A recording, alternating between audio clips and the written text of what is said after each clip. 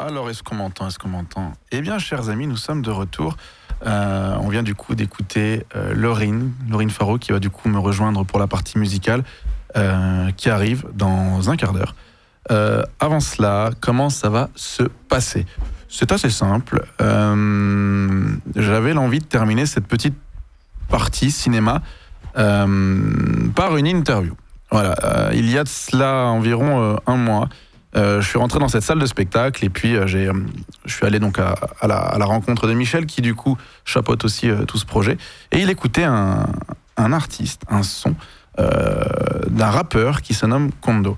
Et j'ai énormément, mais vraiment beaucoup aimé ce morceau, et du coup je me suis dit ça pourrait quand même être cool de rencontrer cet artiste. Alors vous savez, souvent il y a l'utopie de se dire ouais, j'aime bien ce qu'il fait, du coup je vais le contacter, mais il faut que la personne réponde, et la personne a répondu.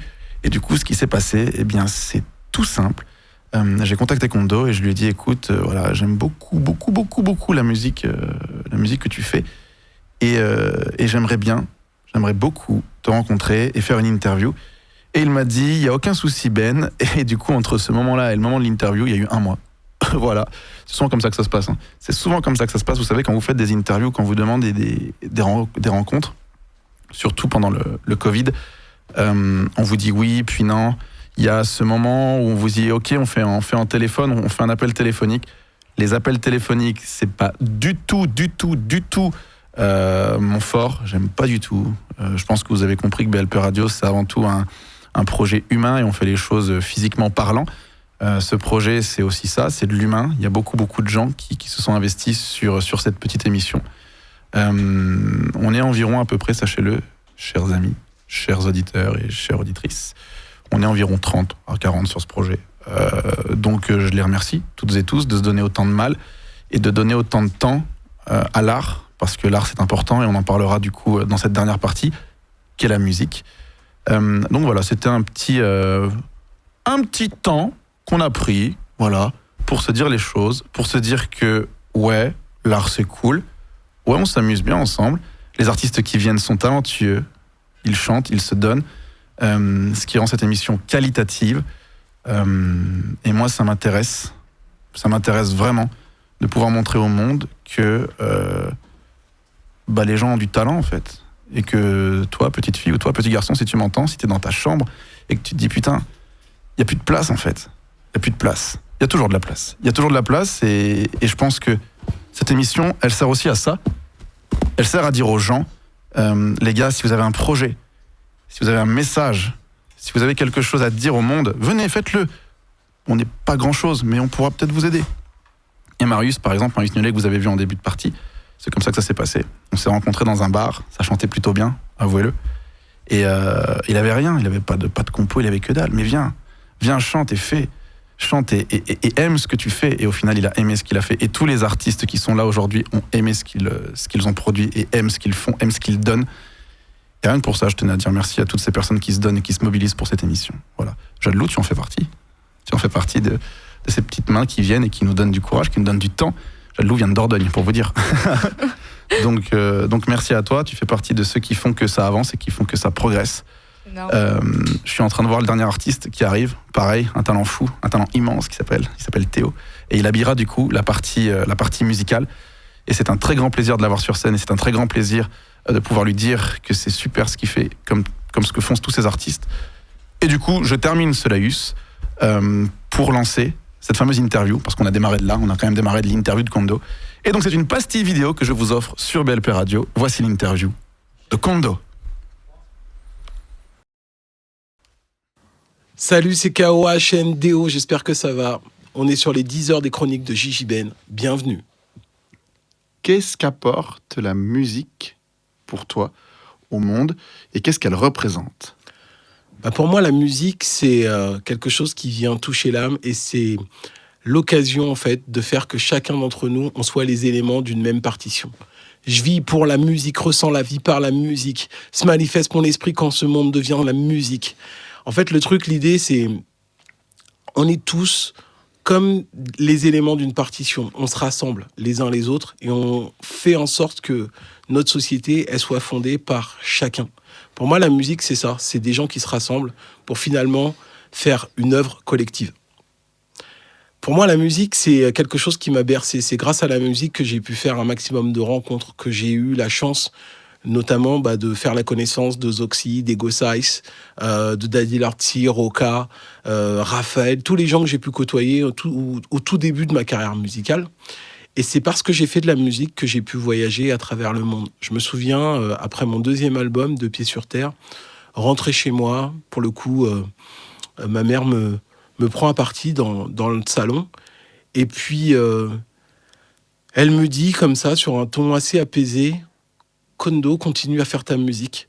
Parce que grâce à elle, tu as pu voir plus de pays que moi dans toute ma vie. Et j'étais assez content. Pour moi, c'était une victoire parce que quand j'étais petit et que je faisais de la musique, franchement, ma mère était complètement énervée de voir, entre guillemets, mon potentiel gâché. Parce que je crois que pour les gens, c'est encore quelque chose d'à part d'avoir quelqu'un qui vit de sa musique. C'est pas très facile socialement d'être un musicien. Et ben c'est ce que je suis. C'est ce que je suis et j'ai de la chance. Parce que si j'avais pas fait de musique, je serais pas allé dans des environnements comme des centres de réinsertion en Pologne. J'aurais jamais fait des concerts dans des centres pénitentiaires à travers toute la France. J'aurais jamais eu l'occasion de rencontrer des gens extraordinaires comme tous ceux qui peuplent mes disques.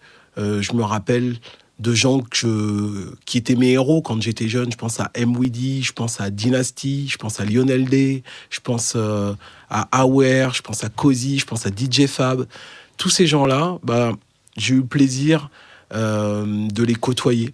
J'ai eu la chance de rencontrer des musiciens de renom. Je me rappelle un concert quand j'étais au Festival de Jazz de Montreux. J'avais rencontré Eric Clapton en bas, comme ça, ce qu'on appelle le lobby au rez-de-chaussée. Et puis on avait passé une demi-heure à discuter dans le rez-de-chaussée. Et voilà, il m'expliquait à quel point il trouvait le rap fascinant. Et moi, je lui expliquais à quel point je trouvais que c'était un musicien extraordinaire. Et voilà, la musique, c'est ça, c'est un passeport pour rencontrer le cœur des gens. Quand j'étais petit, je regardais pas mal de clips aussi. Et donc, je comprenais pas l'anglais. Et grâce à la musique, parce que en fait, tout simplement, 80% du langage est non-verbal, j'ai eu l'opportunité de rêver. Et grâce à ces rêves, je me faisais des petits films. Et quand j'ai commencé à comprendre l'anglais, quelques années plus tard, je me suis rendu compte que les films que je me faisais n'étaient pas si éloignés de ce que disaient ces artistes-là. Donc grâce à la musique, j'ai pu aller à Detroit, à New York, j'ai pu faire des concerts en Espagne, au Portugal, à Amsterdam. J'ai pu, moi, me découvrir aussi des talents que je ne pensais pas avoir, être en capacité de monter une société, d'être un ingénieur du son, d'être un professeur. Bref, tout simplement parce que j'ai tiré le fil, Tiré le fil de ma passion. La musique, c'est ce qui m'a construit. La musique, c'est ce qui m'a donné l'occasion de faire des œuvres avec d'autres gens, d'aller sur scène, de raconter l'histoire des miens. Et puis, voilà, la musique, c'est ce qui nous rassemble aussi aujourd'hui. Comment faire en sorte d'arriver dans ce milieu musical et de ne pas aller trop vite, de ne pas se prendre les pieds dans le tapis? Pour ne pas se prendre les pieds dans le tapis quand on fait de la musique, je pense qu'il suffit déjà de suivre un premier chemin, c'est celui de son cœur. C'est-à-dire que Dieu se barre de la pièce si jamais tu penses qu'à l'argent. Je crois que l'idée, c'est que quand tu fais les choses, il faut les faire d'abord par passion, avec le cœur et par envie. Et moi, souvent, je me pose 3 questions. Est-ce que je m'autorise à le faire? Est-ce que j'ai le droit de le faire? Pourquoi je le fais? Pourquoi je fais les choses? Ça veut dire donner du sens à ce qu'on fait. Ça, c'est important quand on fabrique de la musique. Même pour tout, on a besoin de se poser cette question-là. Pourquoi je fais les choses? Est-ce que c'est important pour moi? Ensuite, la deuxième, c'est comment tu fais?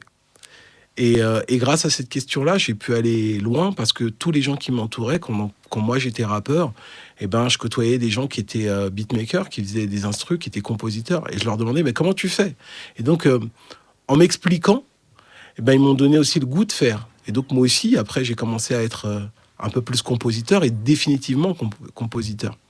Et puis pareil pour les ingénieurs du son, c'est des métiers que j'ai appris comme ça en étant d'abord passionné par la musique. Et puis après, c'est est-ce que je peux le faire moi-même? Est-ce que, encore une fois, je m'autorise à faire les choses? Et oui. Donc avec ces questions-là, je crois qu'on avance loin et puis qu'on évite de se prendre les pieds dans le tapis. Tu aurais des tips à nous donner en tant que professeur du rap français? Alors, je ne suis pas le professeur du rap français, je suis un professeur de rap français, en l'occurrence. Et je suis aussi un professeur de musique actuelle amplifiée, mais avant tout un professeur de rap. Alors, si tu veux commencer à rapper, la chose la plus simple qu'il faut faire, c'est d'abord parler en rythme sur de la musique. Parler en rythme, ça veut dire que ça s'installe sur une pulsation. Et cette pulsation, il faut réussir à la tenir, tu vois. Donc, la première des choses, c'est bien tenir sa pulsation parce que chanter, c'est parler en rythme sur de la pulsation, mais avec des hauteurs de notes, avec des choses qui se passent comme ça un peu de manière verticale. Mais quand tu rappes, t'es sur l'horizontal, t'es sur le beat, tu vois. Donc il faut réussir à tenir le beat. Faut le faire comme ça, balancer son expression. Faut avancer et juste écouter la pulsation. Sans exception, je pose mes mots sur la bonne version. Je suis là pour faire du rap, pas votre éducation. Chacun fait comme il plaît et comme il sent. Et c'est pour ça qu'on essaye de ramper sur ses pieds en étant posé sur le beat. Et même si tu te trompes, faut que t'avances. Au microphone, j'essaye de balancer mes rimes en France. Je le fais ici même avec excellence. Petit à petit, mes mots te touchent dans la panse ou bien dans la tête. Yo, balance le bon réflexe. K.O.H.N.D.O. Ici, j'enchaîne et je suis net. Voilà, faut juste s'écouter, faire en sorte que finalement, rien ne t'arrête. Tu vois, quand tu rappes, d'abord, c'est comme pour tout, faut que tu improvises.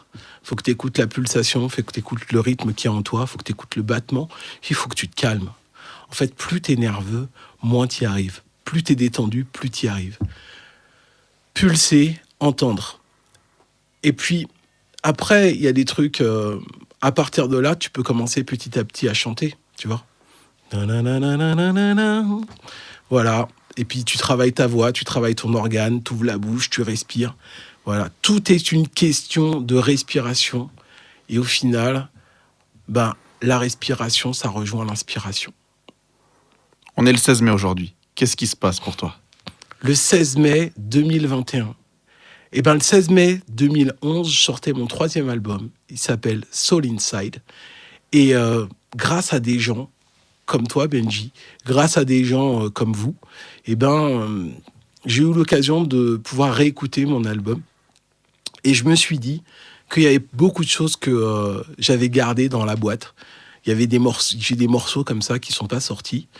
Et il y a des gens qui m'ont appelé pour dire que ce disque-là, Soul Inside, méritait d'avoir son vinyle. Alors, ce qu'on fait aujourd'hui, le 16 mai 2021, c'est qu'on va se donner rendez-vous. On va se donner rendez-vous sur Diggers Factory, le site, pour faire en fait un financement participatif pour que Soul Inside puisse avoir en fait une vie en vinyle, avec des inédits, avec des bonus, avec de quoi nous faire kiffer. Parce que tout simplement, un bon disque, c'est ça. C'est une galette sur laquelle on grave une petite partie de l'histoire. Et moi, j'ai de la chance d'avoir rencontré pour une partie de l'histoire de la soul française, du hip-hop français. J'ai invité Ekwe sur l'album. On va retrouver en bonus track un morceau de Danny Dan et moi. Puisque c'est l'été, ça mérite d'être là. On va retrouver des morceaux comme Samantha avec Lisa Spada, mon ami de longue date, Carl The Voice, Ronnie. Et voilà, tous les gens, je pense à Nicolas Liénard, qui est l'arrangeur de Catherine Ringer, qu'on retrouve aussi sur cet album-là. Bref, Soul Inside a une nouvelle vie, et c'est grâce à vous, et encore une fois, grâce à vous, on va se retrouver sur les platines très vite.